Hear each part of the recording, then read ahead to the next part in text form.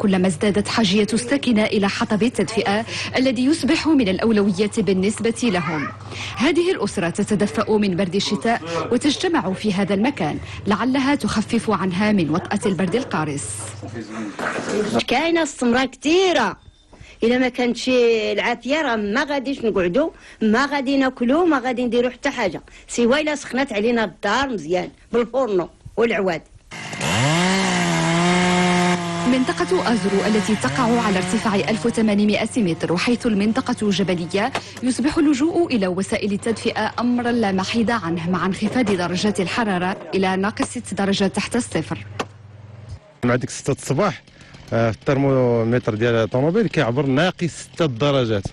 عرفتي ناقص 6 درجات يعني خصك تكون مكبط مزيان، لابس مزيان، وضروري انك تكون عندك وسائل ديال التدفئه موفره في الدار اللي هي العواد.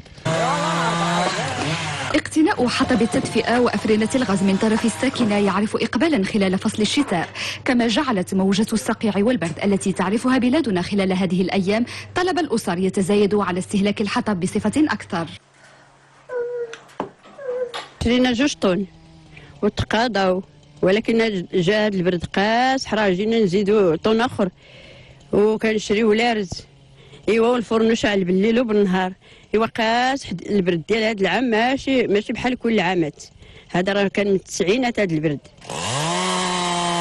كما ستعرف درجات الحرارة انخفاضا على مستوى منطقة الأطلس المتوسط انطلاقا من يوم الخميس المقبل إلى غاية يوم الأحد، ويبقى اللجوء إلى وسائل التدفئة أمرا يتجدد مع كل موجة برد.